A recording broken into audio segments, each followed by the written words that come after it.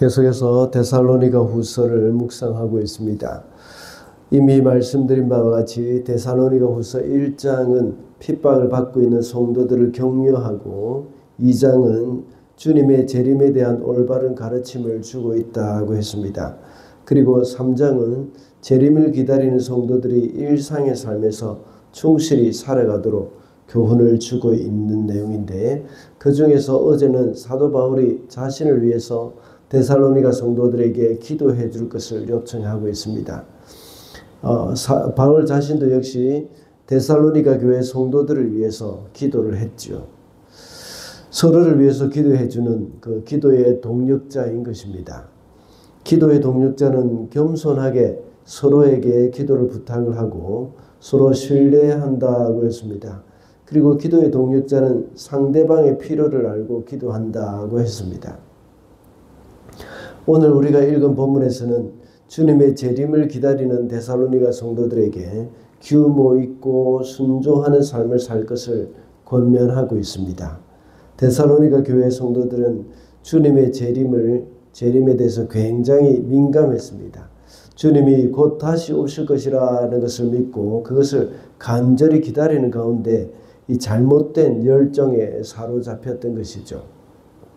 그래서 생업을 포기하고 일도 하지 않고 무절제한 삶을 살았습니다. 그들은 재림을 기다리는 성도로서 이 세상에서 어떻게 살아야 하는지를 잘 알지 못했던 것이죠. 점점 더 마지막 때가 가까워오는 요즘도 역시 우리가 마지막에 대한 인식도 없이 안일하게 살아서는 안 되겠지만, 마지막 때라고 해서 지나치게 종말에 대한 이 광신적인 열정에 사로잡히는 것도 경계를 해야 합니다. 모든 일에 있어서 규모 있는 생활로 덕을 끼쳐야 하는 것입니다. 오늘 본문 6절에서 무절제하게 산다는 말에 대해서 개역 한글판 성경에서는 규모 없이 행한다라고 이렇게 번역을 해 놓았습니다. 이 말은 이 대열에서 벗어난다 또는 규율을 지키지 않는다 하는 그런 의미입니다. 다시 말하자면 정해진 교회 질서를 지키지 않고 제멋대로 방자하게 생활한다는 의미이죠. 그래서 오늘은 규모 있는 생활이라는 제목으로 말세를 살아가는 성도가 어떻게 살아야 하는지를 살펴보도록 하겠습니다. 첫째로 규모 있는 생활을 위해서는 올바른 삶의 본을 따라야 합니다. 7절 말씀입니다. 우리를 어떻게 본받아야 하는지는 여러분이 잘 알고 있습니다. 우리는 여러분 가운데서 무절제한 생활을 한 일이 없습니다. 규모 없는 생활, 다시 말하자면 무절제한 생활을 하는 사람들과 전통을 따르는 사람들에게서 떠나라고 6절에서는 말씀을 합니다. 그 대신 방금 읽은 7절의 말씀과 같이 우리를 본받아야 한다고 말씀하고 있습니다. 여기서 말하는 우리는 바로 사도 바울의 일행을 가리키는 것이죠. 사도 바울 자기 자신도 역시 자기 일행도 역시 말세가 가까웠다고 생각을 하고 주님이 곧 재림하실 것이라고 믿고 있지만 무절제한 삶을 살고 있지 않다는 것을 말하고 있습니다.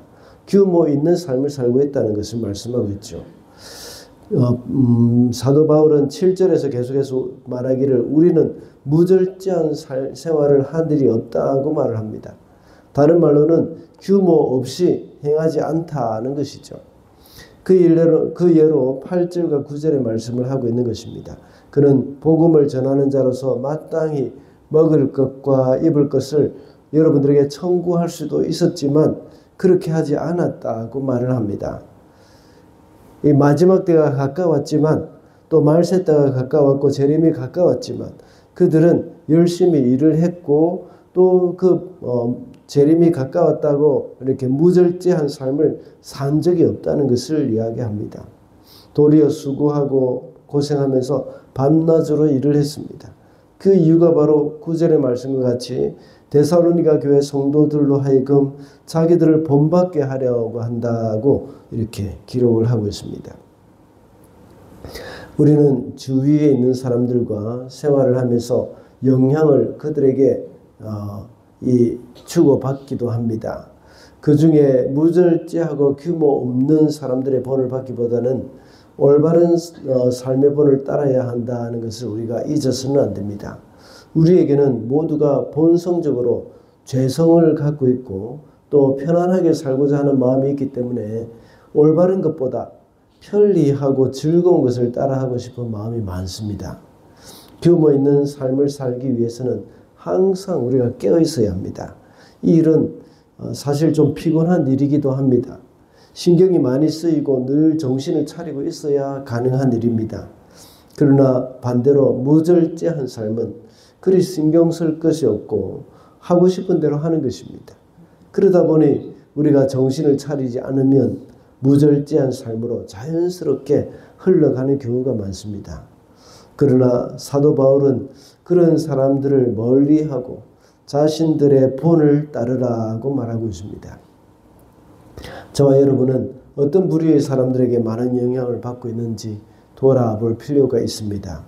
늘 우리 주위에 있는 올바른 삶의 본을 따라 살 수 있도록 늘 힘을 써야 하겠습니다.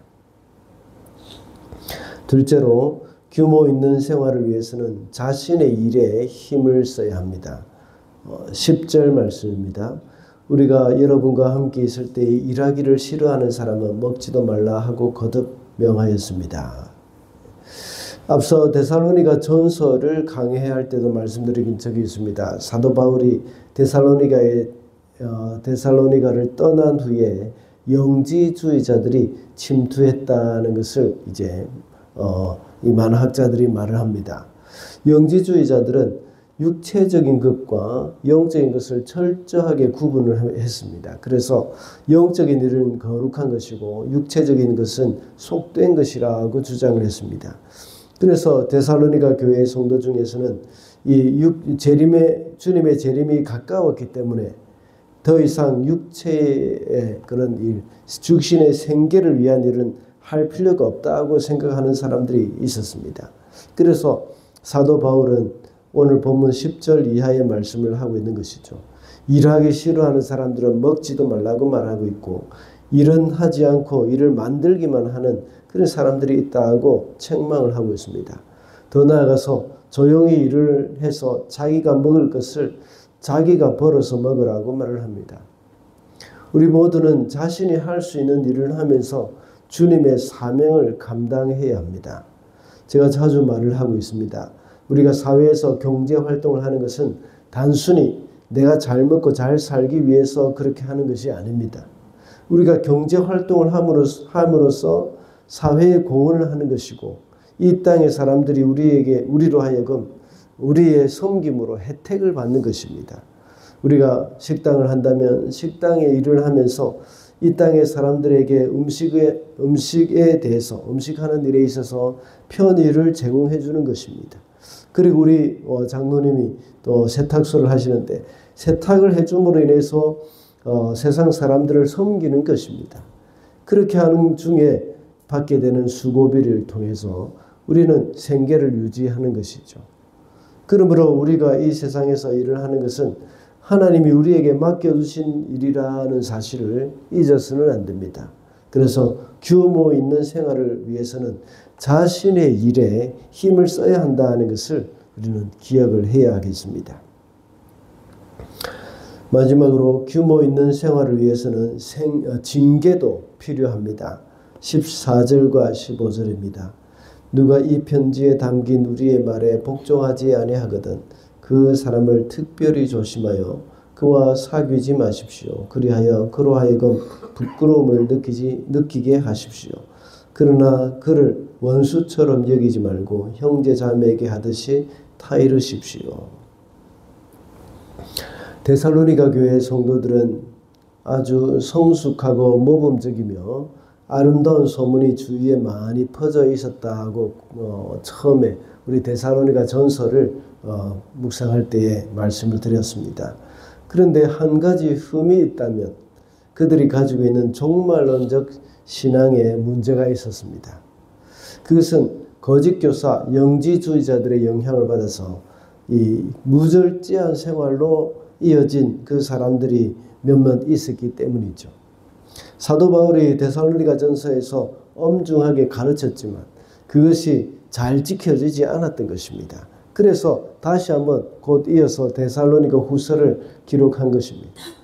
그래서 오늘 본문 6절에 말씀한 것 같이 바울 사도는 그 공동체 안에서 이렇게 규모 없고 무질서한 생활을 하는 사람들을 멀리하라고 말하고 있습니다. 방금 읽은 14절에서는 사귀지 마라고 말씀하고 있습니다.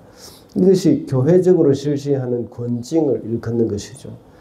무절제하고 덕을 끼치지 못하고 하나님의 말씀에 오늘 본문에서는 이 전통이라고 말하고 있는데 하나님 말씀에 덕을 끼치지 못하는 복종하지 않는 그런 이 경우에는 이렇게 징계를 하라는 말씀입니다.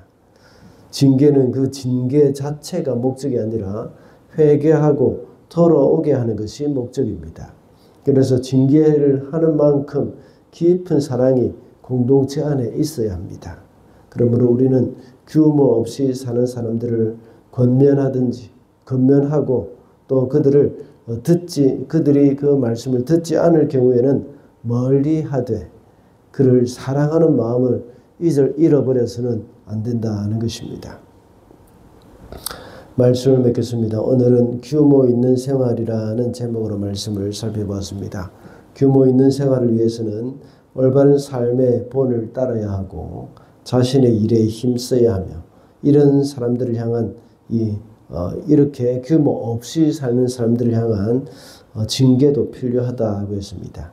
말세가 되어서 점점 더 방탕해져가는 이 세상에서 규모 있는 생활을 하면서 살아가는 저와 여러분이 되시기를 바랍니다.